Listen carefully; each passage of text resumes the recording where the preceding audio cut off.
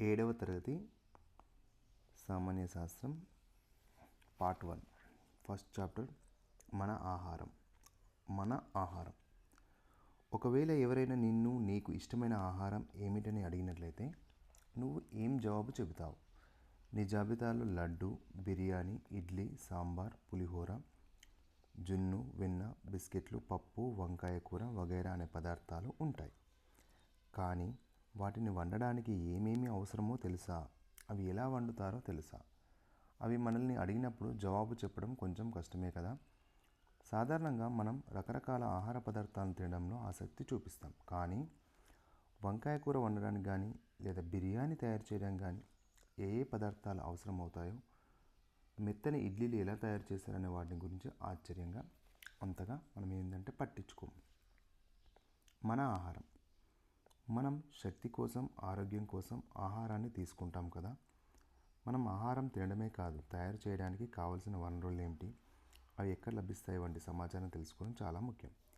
ఈ అధ్యాయంలో వంట చేయడానికి ఉపయోగించే రకరకాల ఆహార దినుసులను, తయారు చేసే విధానాన్ని, ఆహార వనరుల గురించి వివరంగా తెలుసుకుందాం.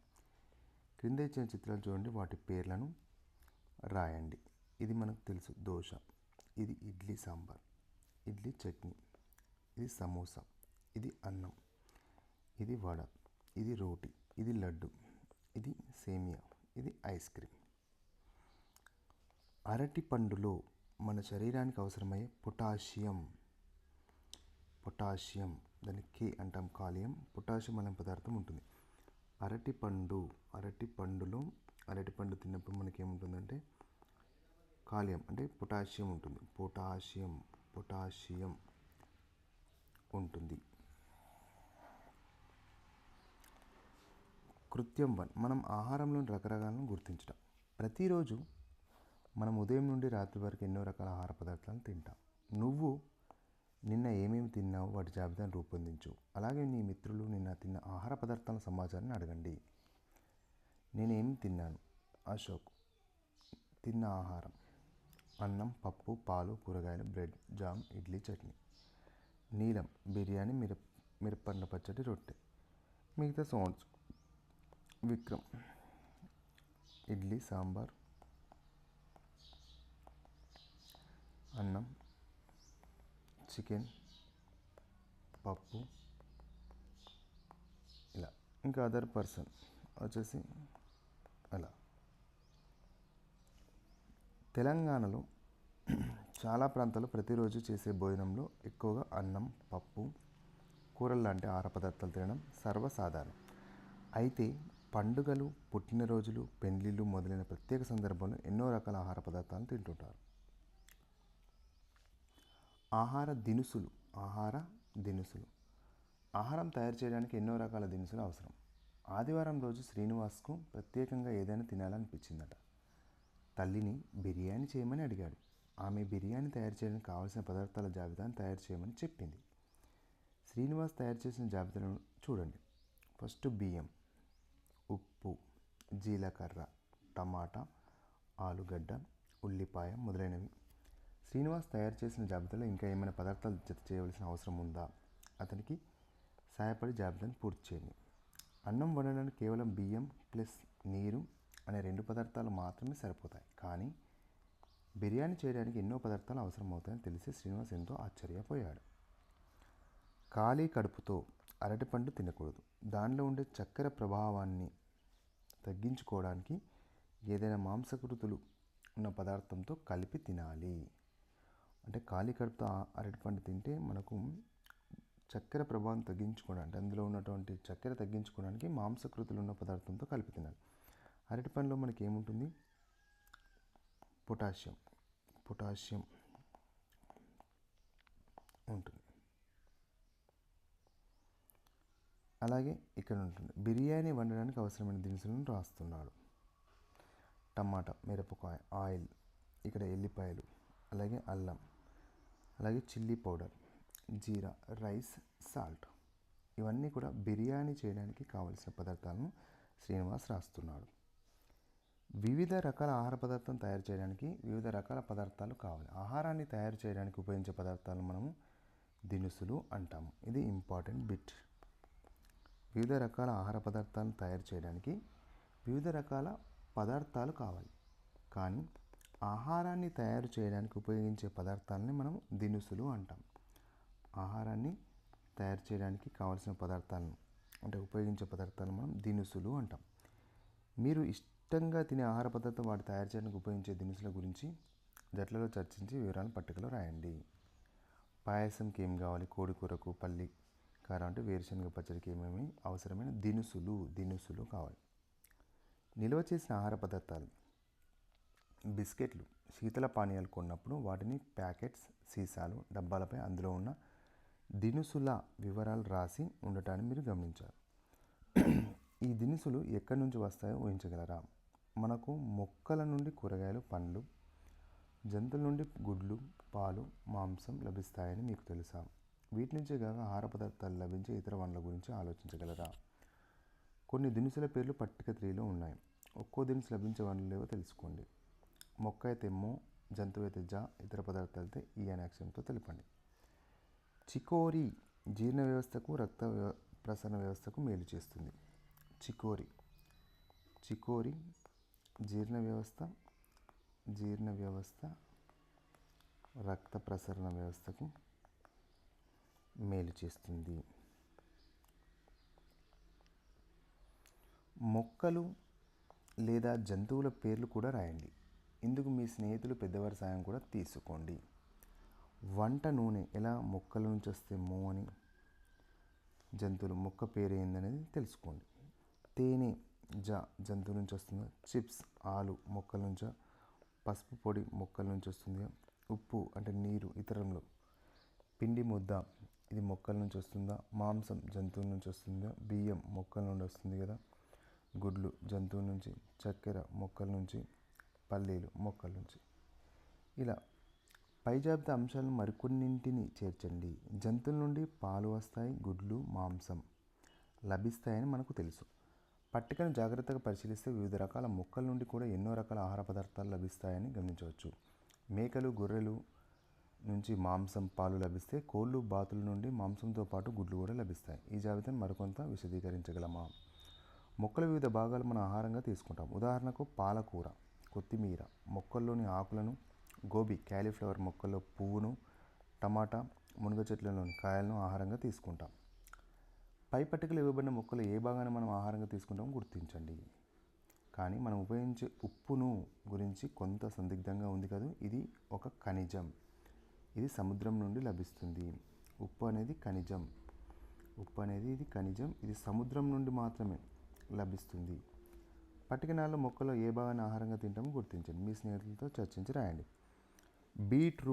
ఈ బీట్రూట్ పిండి పదార్థాలు ఎక్కువ పరిమాణంలో ఉంటాయి. అంటే పిండి పదార్థాలు ఎక్కువగా ఉండేది బీట్రూట్లో, కాబట్టి వాటిని తరచుగా తినడం మంచిది. ఇక్కడ చూద్దాం. మీకు తెలుసా? ఇది ఇంపార్టెంట్. బిర్యానీ తయారు చేయడానికి వివిధ రకాల వంట దినుసులు, ఏలుకలు, లవంగాలు, దాల్చిన చెక్క, బిర్యానీ ఆకులు, నల్ల మిరియాలు మొదలైనవి ఉపయోగిస్తాం. వీటిని సుగంధ ద్రవ్యాలు అంటారు. సుగంధ ద్రవ్యాలు అంటే ఏంది?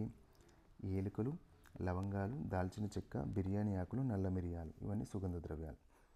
పాయసం తయారు చేయడానికి జీడిపప్పు, బాదం, కిస్మిస్ లాంటివి ఉపయోగిస్తాం. వీటిని ఎండిన పండ్లు అంటాం, అంటే డ్రై ఫ్రూట్స్ అంటాం.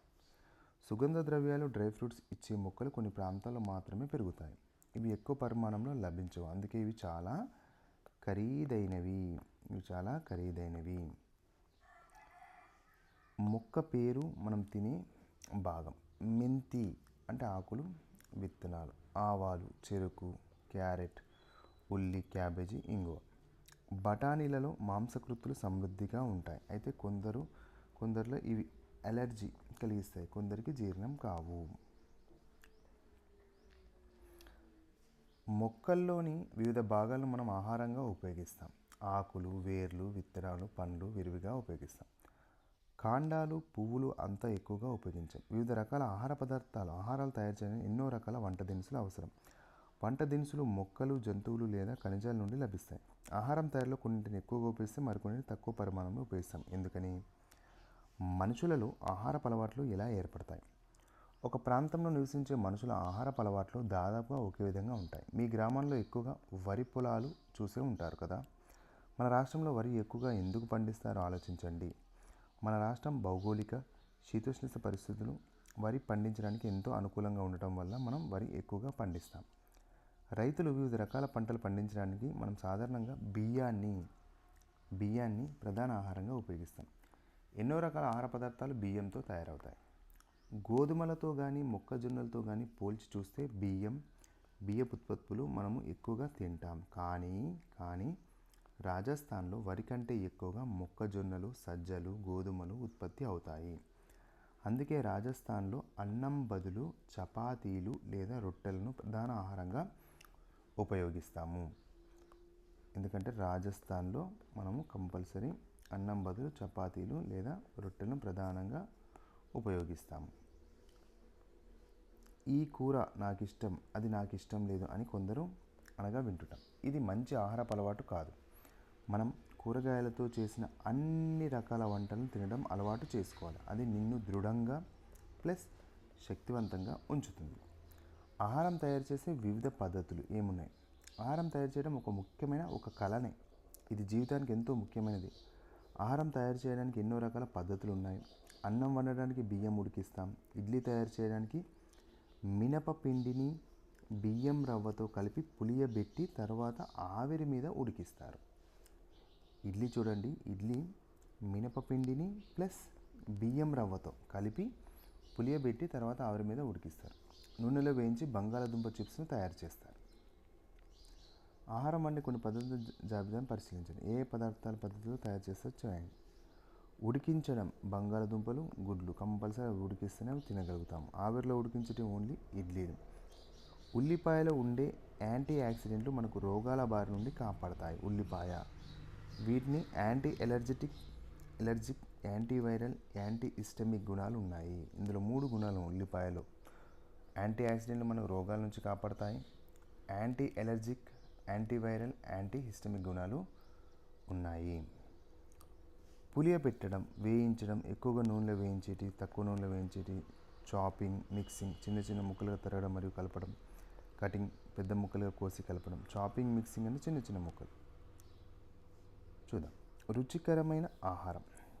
తిన్న తర్వాత ఆహారం చాలా రుచిగా ఉంటుంది, కమ్మగా ఉంది అంటాం. ఆహారానికి ఆ రుచి ఎట్లా వచ్చింది? ఆహారపు రుచి వంట చేసే విధానం మీద, అందులో ఉపయోగించే వంట దినుసుల మీద, మన సంస్కృతికి సంబంధించిన అలవాట్ల మీద ఆధారపడి ఉంటుంది.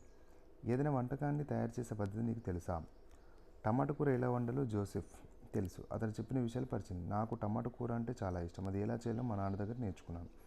కూర తయారు చేయడానికి 2 టమాటాలు, 1 ఉల్లిపాయ, 2 పచ్చిమిరపకాయలు, 1 ఎండుమిరపకాయ, పసుపు పొడి, ఉప్పు, నూనె, ఆవాలు, మినపప్పు, జీలకర్ర అవసరం. ముందుగా కూరగాయలు నీటితో కడిగి చిన్న ముక్కలు తరగాలి. పాత్రను మంటపై ఉంచి 3 చెంచాలు నూనె వేయాలి. నూనె వేడెక్కిన తర్వాత చెంచాడు ఆవాలు, జీలకర్ర, మినపప్పు అందులో వేయాలి. తర్వాత పచ్చిమిరపకాయలు, ఎండుమిర్చి ముక్కలు, చిటికెడు పసుపు పొడి చేర్చాలి. 1/2 నిమిషం తర్వాత ఉల్లిపాయ, టమాటా ముక్కలు వేయాలి. తగినంత ఉప్పు వేసి మూత పెట్టి ఉంచాలి. 5 నిమిషాల తర్వాత రుచికరమైన టమాటా కూర తయారైనట్టే. కరెక్ట్ చెప్పాడు. చిలకడ దుంపలో రక్తాన్ని శుద్ధి చేసే పదార్థాలు. చిలకడ దుంప రక్తాన్ని శుద్ధి చేసే పదార్థాలు ఏమనంటే కెరోటినాయిడ్లు మరియు యాంటీ ఆక్సిడెంట్లు ఉన్నాయి. కెరోటినాయిడ్లు ప్లస్ యాంటీ ఆక్సిడెంట్లు ఉన్నాయి. మనం వంట చేద్దాం. దీని గురించి ఆహారం నిల్వ చేయడం గురించి చర్చించకపోతే ఆహారం గురించి తెలుసుకోవడం అసంపూర్ణం అవుతుంది. రైతులు పంట కోసిన తర్వాత కీటకాలు, చీడల నుంచి ఎలా రక్షిస్తారు? ఇంట్లో మనం బియ్యాన్ని ఎలా నిల్వ చేస్తాం? వండిన కూరలు 2 రోజులు బయట ఉంచితే ఎందుకు చెడిపోతాయి? అదే పచ్చళ్ళు పాడవకుండా చాలా కాలం నిల్వ ఉంటాయి. ఎందుకని? నిల్వ చేసే పద్ధతి ఇందుకు కారణమని మీకు తెలుసా? కొన్ని ఆహార పదార్థాలు ఉప్పు చేర్చడం, ఎండబెట్టడం వల్ల ఎక్కువ రోజులు నిల్వ ఉంటాయి. అవసరమైనప్పుడు వీటిని వినియోగించుకోవచ్చు. కొన్ని ప్రాంతాల్లో చేపలు ఎండబెట్టి నిల్వ చేస్తారు. కూరగాయలు, మాంసం కూడా ఎండబెట్టడం, పచ్చళ్ళు చేసి నిల్వ చేస్తారు. పచ్చళ్ళు నిల్వ చేయడానికి ఉప్పు, కారం, నూనె, పసుపు పొడిని ఉపయోగిస్తాం. చాలా ఇంపార్టెంట్. పచ్చళ్ళు నిల్వ చేయడానికి ఉప్పు, కారం, నూనె, పసుపు పొడిని ఉపయోగిస్తారు. తీర ప్రాంతాలు చేపలు నిల్వ చేయడానికి వాటిని పొగబెట్టే దృష్ట్యా సర్వసాధారణం. అంటే పొగబెడితే దానికి అవి నిల్వ ఉంటాయి. మీకు తెలుసా? చక్కెర పాకం లేదా తేనె పండ్లను నిల్వ చేసే పదార్థాలుగా ఉపయోగిస్తాం. చక్కెర పాకంను, పండ్లను నిల్వ చేసే పదార్థాలుగా ఉపయోగిస్తాము. అందుకే తరచుగా పండ్లను చక్కెర పాకం లేదా తేనెలో నిల్వ చేస్తారు. పండ్లకు జామ్ లేదా పండ్ల రసాలుగా మార్చి నిల్వ చేస్తారు. ఆహారం నిల్వ చేయడం మీ తల్లిదండ్రులు పాటించే ఇతర పద్ధతులు ఏమైనా ఉంటే తెలుసుకుని ఆహారం నిల్వ చేద్దాం. 5-6 మంది విద్యార్థులు జట్టుగా ఏర్పడి రకరకాల ఆహార పదార్థాలు నిల్వ చేయడానికి ఉపయోగించే పదార్థాలను గుర్తించి పట్టికలో రాయండి. నిల్వ చేయడానికి ఉపయోగించే పద్ధతి: ఉప్పు, మిరపపొడి, నూనె, పచ్చళ్ళు. కేవలం ఉప్పు కలిపితేంది, ఎండబెట్టడం, చక్కెర పాకం. టమాటాలో విటమిన్ సి అనే పదార్థం ఉంటుంది. టమాటాలో సి ఉంటుంది. ఇది విత్తనాల చుట్టూ ఉండే జెల్లీ వంటి పదార్థపు గుజ్జులో అధికంగా ఉంటుంది. ఇది రోగనిరోధక శక్తిని కలిగిస్తుంది. టమాటాలో విటమిన్ సి అనే పదార్థం ఉంటుంది. ఇది విత్తనాల చుట్టూ ఉండే జెల్లీ వంటి పదార్థపు గుజ్జులో అధికంగా ఉంటుంది. ఆహారాలు నిల్వ చేయడానికి మనం వివిధ రకాల నిల్వ చేసే పదార్థాలను ఉపయోగిస్తాం. కానీ మార్కెట్లో దొరికే నిల్వ చేసిన ఆహార పదార్థాలు హానికర రసాయన పదార్థాలు ఉంటాయి.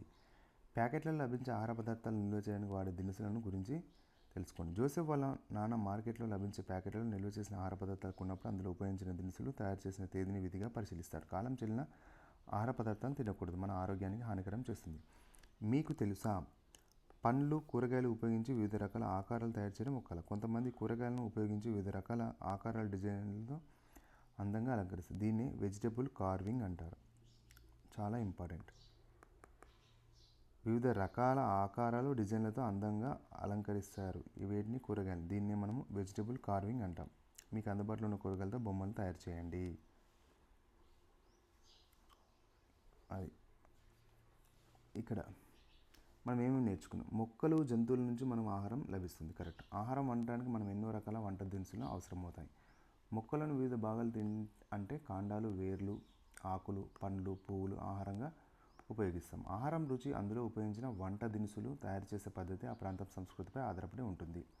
ఉడికించడం, ఆవిరిలో ఉడికించడం, పులియబెట్టడం మొదలైన ఆహారం తయారు చేసే కొన్ని పద్ధతులు. నిల్వ చేసే పదార్థం ఉపయోగించి ఆహార పదార్థం కొంతకాలం పాటు కంపల్సరీ నిల్వ చేస్తాము. కీలక పదాలు: వంట దినుసులు, నిల్వ చేయడానికి ఉపయోగించే పదార్థాలు, సుగంధ ద్రవ్యాలు, డ్రై ఫ్రూట్స్.